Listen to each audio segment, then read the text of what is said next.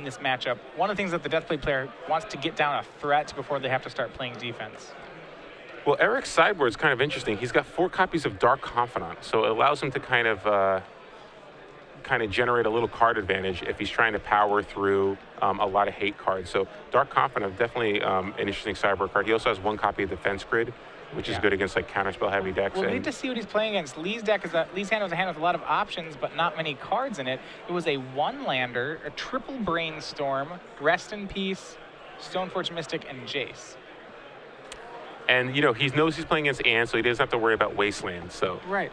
This is a pretty aggressive hand, though. He can certainly get Brainstorm locked, and it seems like he needs a little bit of help to really make the deck work.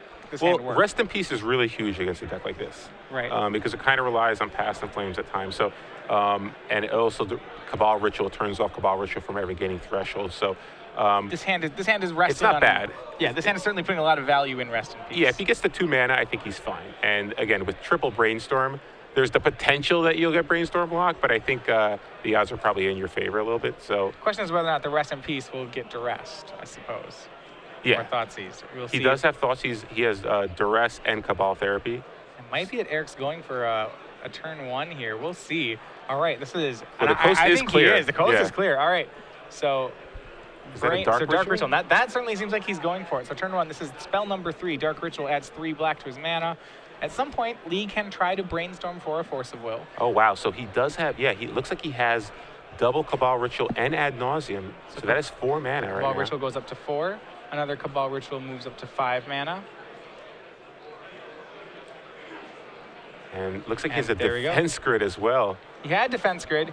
No time to play such cards, though. He's going straight for the win, and now Lee really just has his one answer. Can he? Yeah. Can he find a Force of Will? Yeah, he's got to find a Tundra or Underground Sea and cast Brainstorm and hope to find a Force of Will in the top 3 cards of his library.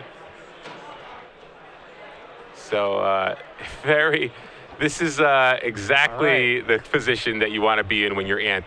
You want to hope your opponent you can just brick on a Force of Will. Sometimes you can force your opponent's draws to be very binary when you're playing a deck that's as fast as Ant. You know, all that really matters about Lee's deck is, did you have Force of Will plus blue cards? The rest of the things he's playing not very relevant. And we were talking about it in the last match. Force of Will is basically just an insurance policy for this exact scenario. No on the first one, no on the second one, no on the third one. That will not hit. And no, he did hit Force of Will. It was the very first one.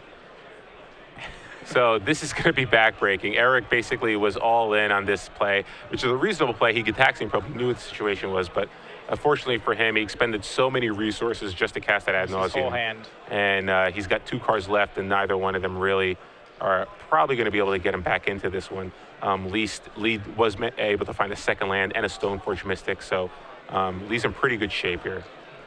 All because of that insurance policy. Yeah, and I think what happened was that Eric saw the Rest in Peace, and that's what made him go for the turn 1 kill. Oh, I think it was perfectly reasonable here. I mean, I think I don't know if the odds are in his favor, but it's pretty reasonable that he goes for it there. I mean, he basically just has to make sure that there aren't a Force of Will on the top 3 cards. Well, he does have the option of casting a turn 1 Defense Grid, and then next turn going for it off the same land with his hand. Oh, yeah. Behind Defense Grid. And normally, I would think that would be safe, but after seeing Lee's hand, he opted for the turn 1. In the end, Lee hit the Force of Will, and that should be, the game. He basically brought the game down to one play. Yeah, but and if he did make the play that you're suggesting, Lee could have still dug for a Force of Will. He would have found it, and then he still ends up just playing Rest in Peace this turn anyway. He forces the Defense Grid. Yeah, right? So he forces the Defense Grid. Eric will still have his hand, but then he has to contend with Rest in Peace. Right, and I think that's why Eric went for it. He said, if he finds the Force of Will, he's probably dead to the Force of Will no matter what. At least this way, if he plays that instead of the Defense Grid, then he wins if the Force of Will is not found. Exactly, yeah. So Lee has Stoneforge Mystic searching out for Batterskull, and now Eric's just going to cast Taxing Probe. He does find a Massacre, so he can Massacre now and make sure that Batterskull doesn't come into play next turn. Yeah, what's going to be difficult for him is that Lee will respond with Rest in Peace, which will all but eliminate Eric's board. Yeah, so it looks like did Eric pass back to, I think we're on Eric's turn still. Yeah, this Yeah, is we a are tough still spot in for Eric's Eric. turn. He's got the Massacre, he's got the Fence Grid, but really nothing else to go Well, he out of lost here. all his resources so early. It's difficult because he has to kind of decide what his strategy is. He knows he's going to have to contend with this Rest in Peace. So he's going to have to find a way to bounce the Rest in Peace and then combo, but he's starting with a 0-card hand. And I think that's the frustrating part for when you're an Ant player or Storm player in general. It's that you could have they need to have the Force of Will. They just need to have it. And a lot of times people don't even play 4 Force of Wills anymore. They kind of skimp on their numbers. They only play 3 because they don't really view the card as a great card. It's basically just an insurance policy. And if they have it, you lose. If they don't, you win. So, that's the perfect scenario right there where Eric, I think, was perfectly justified in going for it there. Unfortunately, Lee was able to find the Force of Will. So you see there, Eric went for a Duress, hoping to get a Rest in Peace, but the Rest in Peace was hidden on top by Brainstorm. Lee's going to redraw it. Wasteland Eric's only land, and then Rest in Peace is Graveyard, leaving Eric with nothing but a Lotus Petal. And Deathrite Shaman decides not to attack there, I believe. Yeah, it stays back. Possibly should have attacked, but at this point, you have your opponent down to 1 permanent. Yeah. You got your opponent down to 1 permanent. He's got 2 cards in his hand. Lee's got a Snapcaster Mage, which is likely just going to get cast as a beater. He's got Eric basically on a 3-turn clock or 5-turn clock, I think. Yep. He has 1 damage from the Deathrite, 2 more from the Snapcaster, and that really should be enough. When you see these decks playing against something as unfair as Ant, their win con ends up being pretty trivial. Yeah. It's can they, as long as they have any sort of clock, that's just a creature, it's usually good enough. So Eric doing his best here. He's casting a lot of spells this turn, despite having only 1 permanent at the beginning of the turn. Sacked Lotus Petal to Ponder. Didn't see a land in it, so he's going to shuffle. It's possible he'll be left with no permanents and no graveyard here. I think he still has the Defense Grid in his hand, perhaps? I think that's the last card. He has a Defense Grid in hand. That's it. Does he draw a land? We will find out. Yeah, he did hit it. Yay! He's going to not crack it. No need to expose himself to Wasteland. Oh, yet. brother. Is this a Liliana? Oh, come on. This game's getting real close after that turn. Doesn't even cast it. I like it. Wants to get that Snapcaster in play.